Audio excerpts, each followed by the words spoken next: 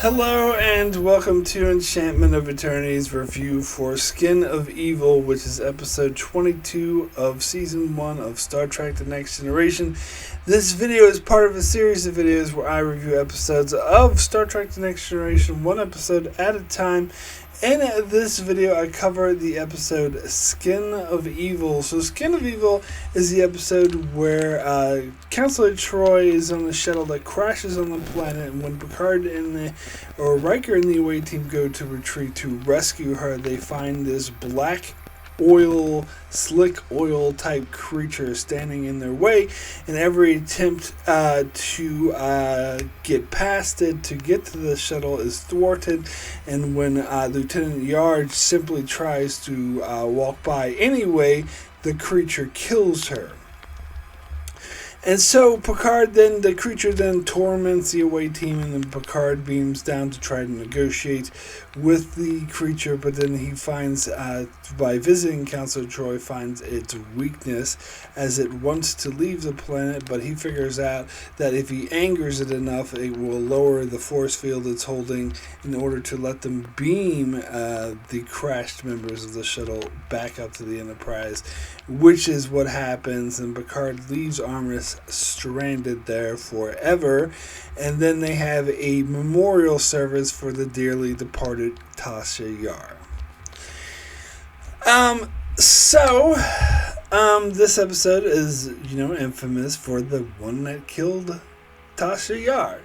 And I remember when I first started watching Star Trek, I was watching, seasons all over the place. I think I watched season 4 first, as I was saying, or just episodes randomly, and so I saw some with Yar in it, and so I learned very early on that she died early on, because she was not in most of the episodes I was watching, and so I was kind of curious to see how it was that she died. And I think I may have actually seen yesterday's Enterprise before I saw this episode, so I heard about the death being meaningless before I actually saw the death. Now, once I did see this episode, I considered it one of my favorites of the show. I remember doing like my top 10 favorite episodes, and this would be up there, like number 3. This is when there was only 5 seasons of TNG, but still, this was one of my favorite episodes of the show. Now, as I grew older, my love for this episode diminished, and I no longer thought of it as one of the best episodes of the show. But I was surprised to learn in more recent years that a lot of people hate this episode, and a lot of people really don't like it. But looking back, I can understand why, because of the unceremonious way that it killed a main cast member with Tasha Yar. Now, I'm sure by now everyone probably knows the backstory that Denise Crosby, who plays Yar, was unhappy with the show. There was the show was in the first season was just in very, very bad shooting conditions. They couldn't even feed their own cast and crew. They had to go to other sets and steal food, and they would put them in dangerous situations, and because they were so low budgets. And but with Denise Crosby, is more the fact that her character was not getting enough play. She felt like a glorified extra. She's at one point said that they could just do a mock-up of her legs and just put it behind Patrick Stewart for most of the scenes that she shot. Which, going back in season 1, I think that's fair. And apparently she was told that the show was about Riker, Picard, and Data. And so that was the focus of the show, which is interesting because later seasons would become a more ensemble where every character got their play, every character got their attention. But yeah, at this stage, well, it's only been one season, but at this stage, Yar was not getting that much attention, and so Denise Crosby wanted to leave.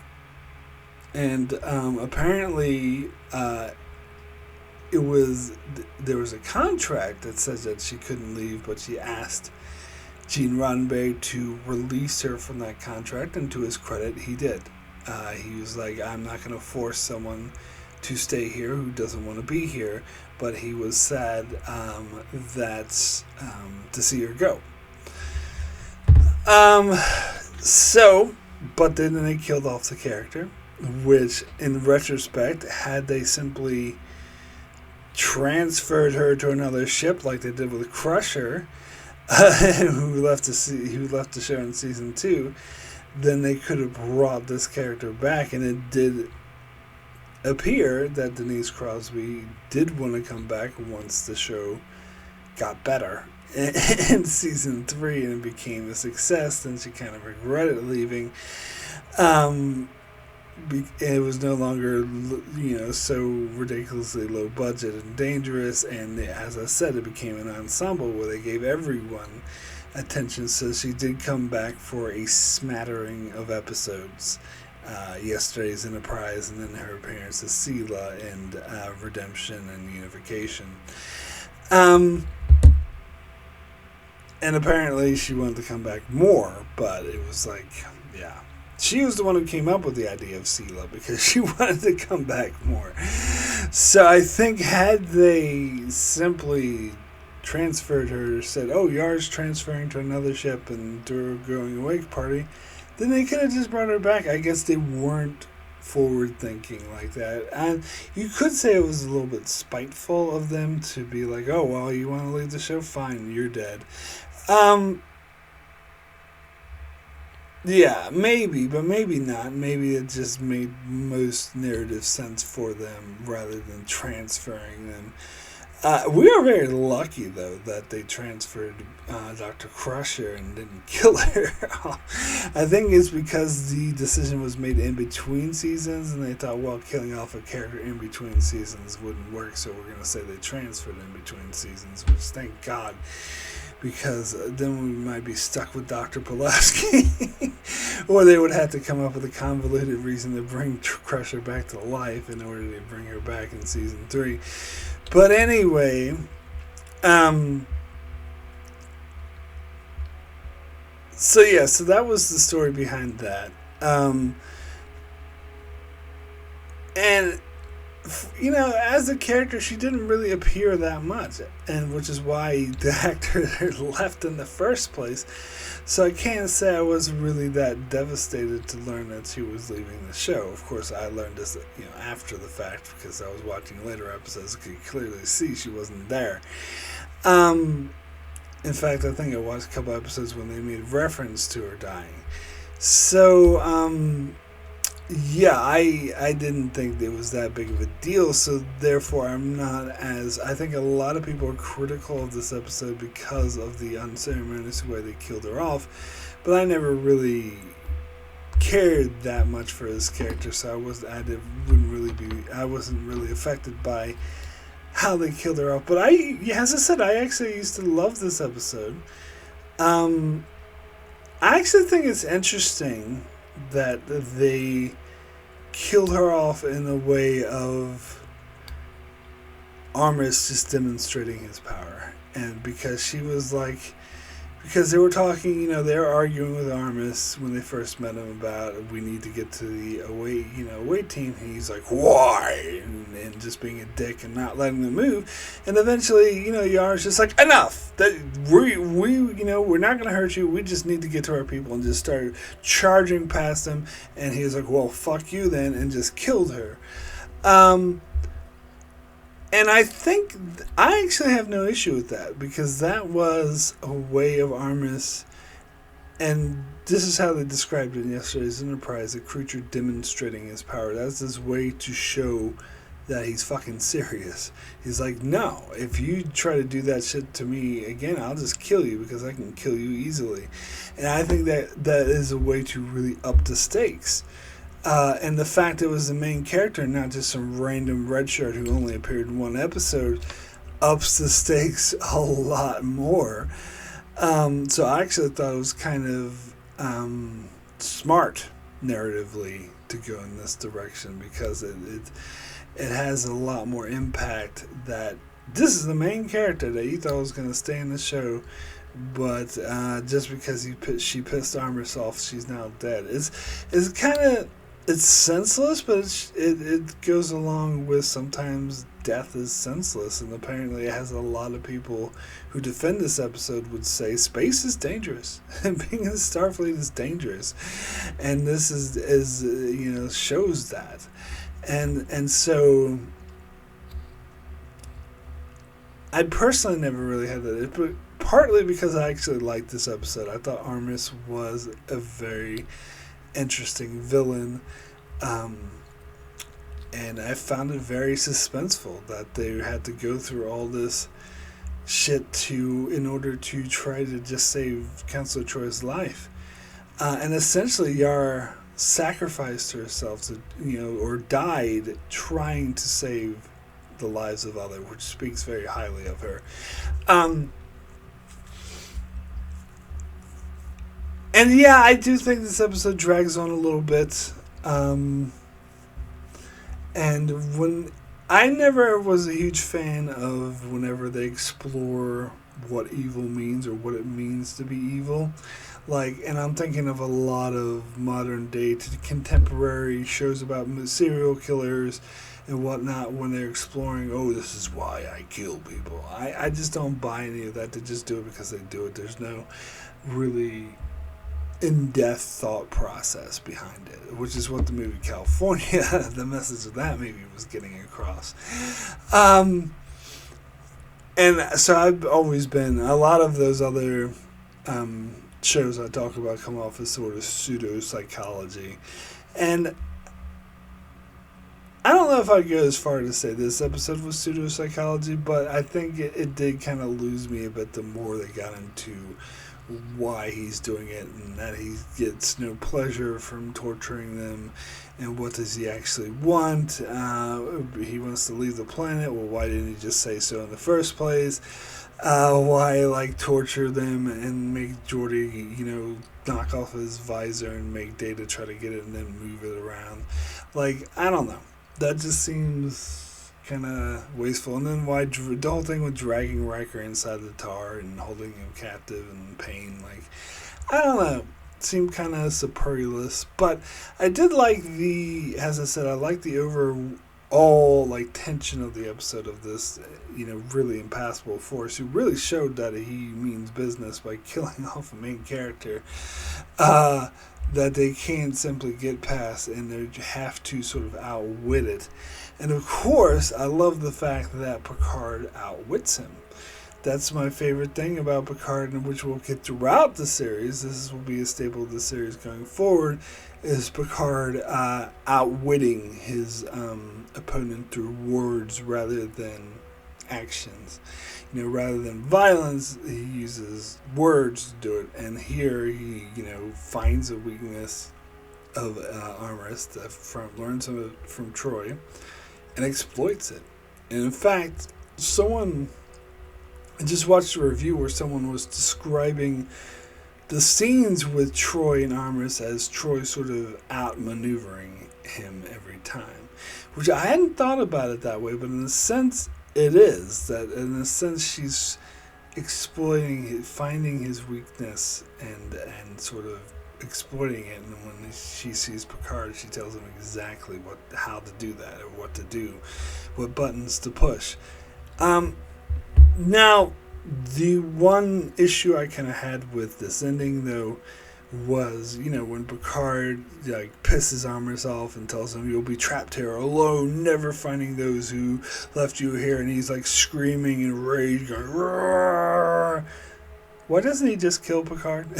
Again, I guess you could say that he wants Picard to take him off the planet. If he kills him, then he won't be able to take him off the planet. And maybe you could argue, when it was made abundantly clear that Picard wasn't going to take him off the planet, he beamed off immediately, not giving Armis a chance to kill him. But still, and that, completely enraged, irrational state that Picard was putting him in, it feels like he not might care that much about that and just kill Picard out of spite, because we do see how easily he can kill someone. But then again, we can't have Picard die. and the show needs to go on, but it still feels like he should have just simply killed him in this instant if he was being true to his character.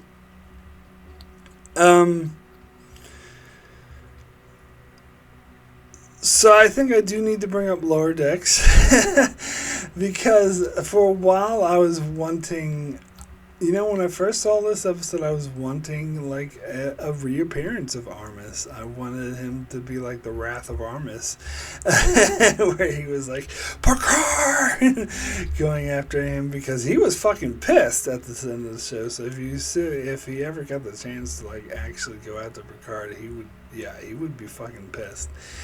But this episode wasn't very well liked, so they didn't do that. But we did get another appearance of Armis in Lower Decks, and of course that was a very comedic appearance where the Lower Deckers decided to prank call Armis.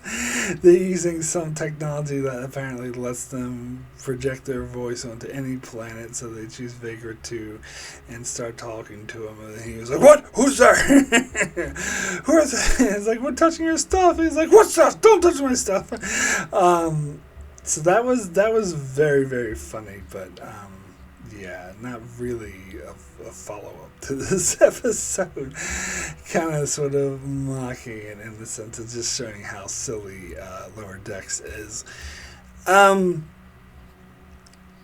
yeah, so the origin story of Armis, and this is the one thing that kind of, I think now I look back on and feel like it wasn't really explored well enough, like what exactly Armis is and why he was left there. They're saying that a race of Titans left to like shed all of what was evil for them so they could be good, and then left him behind, and he was the result of their evil. So, was it Thanos' people? Because he's a Titan. Thanos the Titan. I don't know. And there's speculation on who these people are, like the Apollo gods from the original series, or the changelings, or... I really don't buy any of those theories. I would have liked to have seen these people, though, to see the result of what the hell, to explain more of what the hell Armis is. I think that would have me appreciate this episode more if I understood his backstory more. But again, this episode was not well liked, so we're never going to get that, which is fine. The one thing I would have to say is that the music in this episode is really, really good. That's one thing that really caught on to me immediately. And this is Ron Jones. I do like to sort of harp on Ron. Well, not really harp on Ron Jones, but talk about how I like Dennis McCarthy better, which I still do. But I think, I think this episode, the music in this episode does enhance it a lot, and enhances the suspense, and enhances the emotional value towards the end of the episode, especially getting into this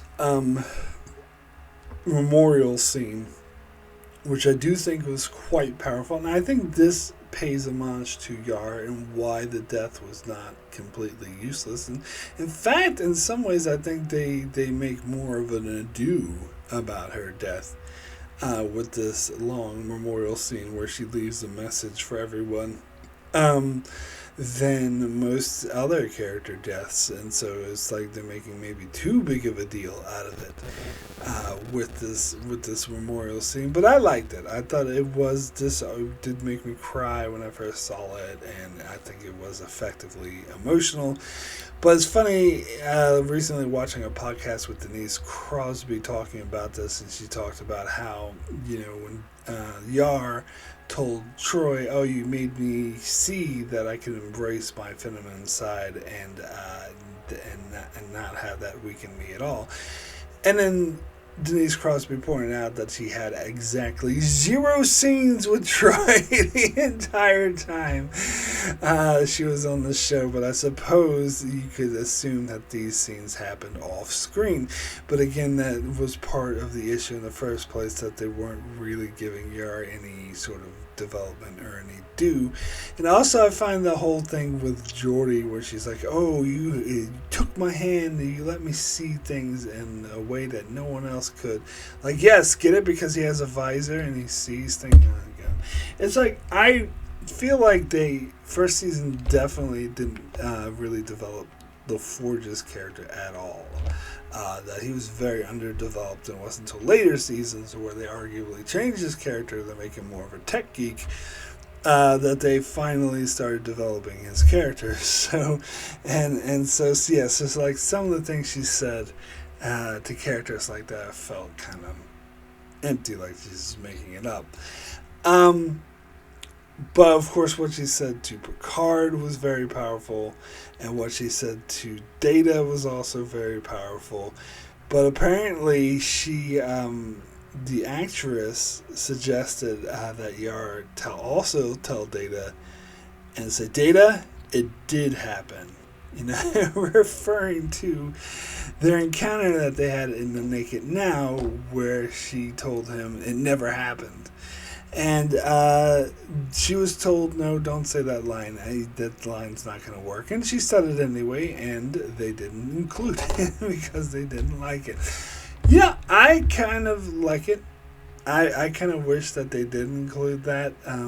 I think that they needed to hint more at, especially that would go to justify why Data has such a huge emotional attachment to Yar.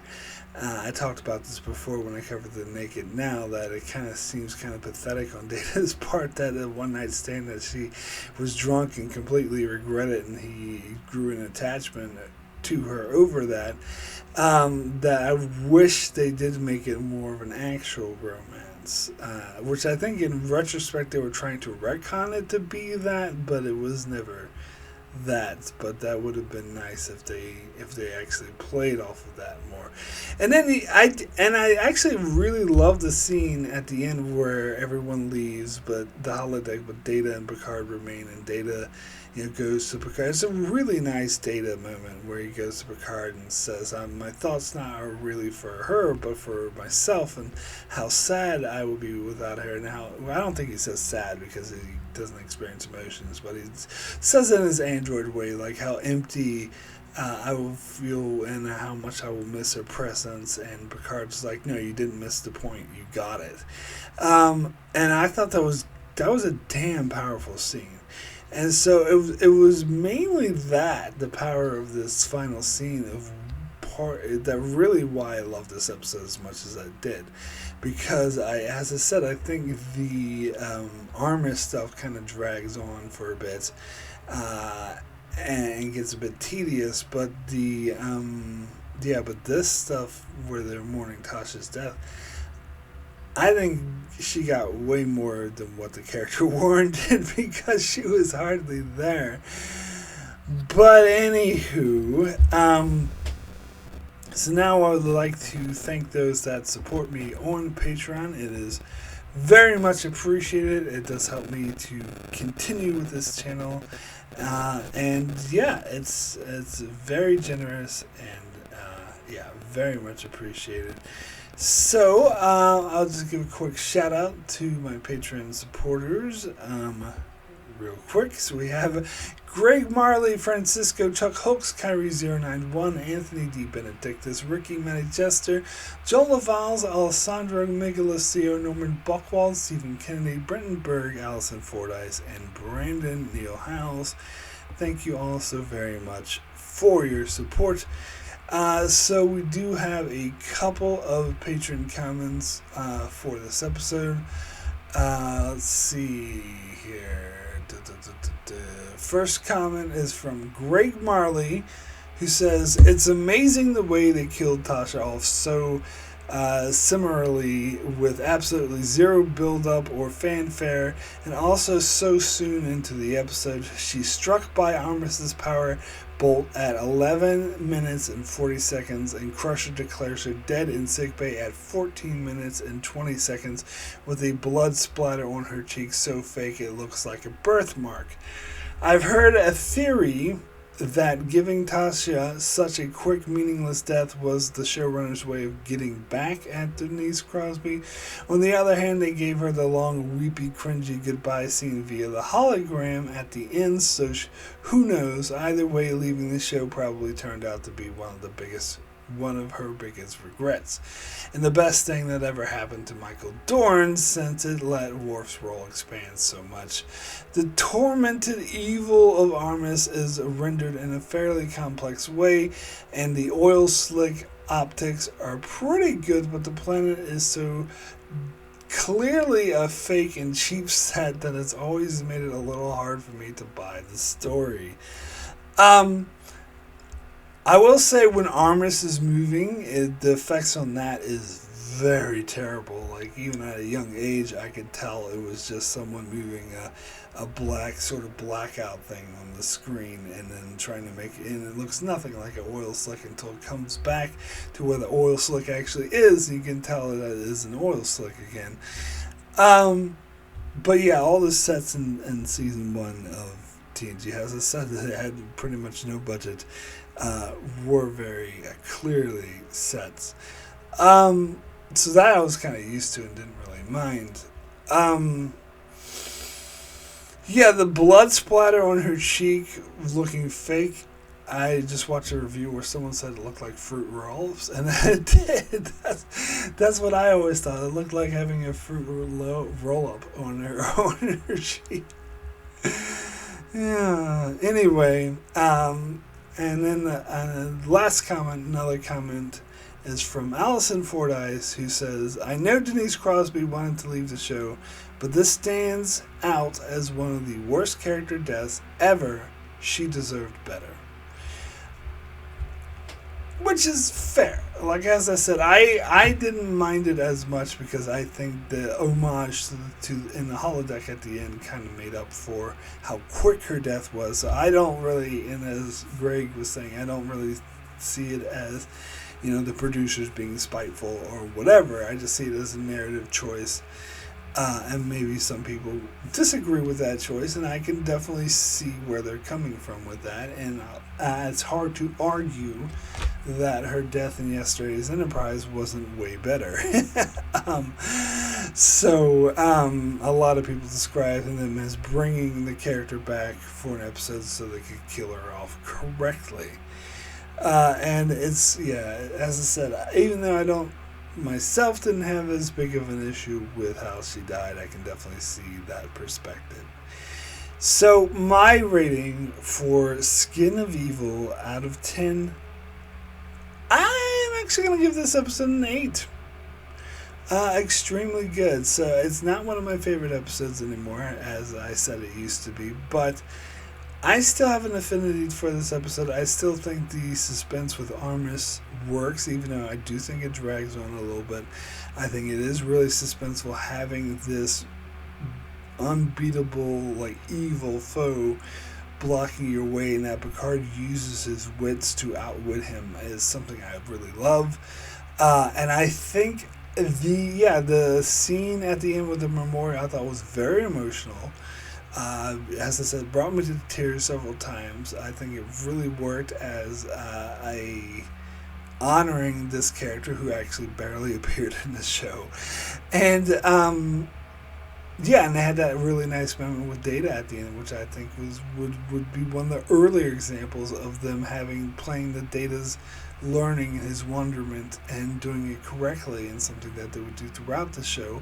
So I thought this was a pretty powerful episode, especially as far as season 1 is concerned. So a lot of people may disagree and think I'm going too high, but I'll give this episode an 8. So that is it for my review of Skin of Evil. Now, coming up, Next on my channel, if I just bring up my schedule here, next Monday I'll be back with another TNG review with Will Always Have Paris. And then Wednesday I'm going to do my Season 1 overall review of Ahsoka. And then Thursday review the latest episode of Lower Decks. And then Saturday will be a revisited over on Patreon for my Patreon supporters. Finally getting to revisit it after several months, doing the revisit for the episode Conspiracy. And then on Monday, I will be doing my top 25 favorite episodes of Better Call Saul. So that's what's coming up on my channel, so be sure to subscribe so you can keep up with all of that. And thanks a lot for watching.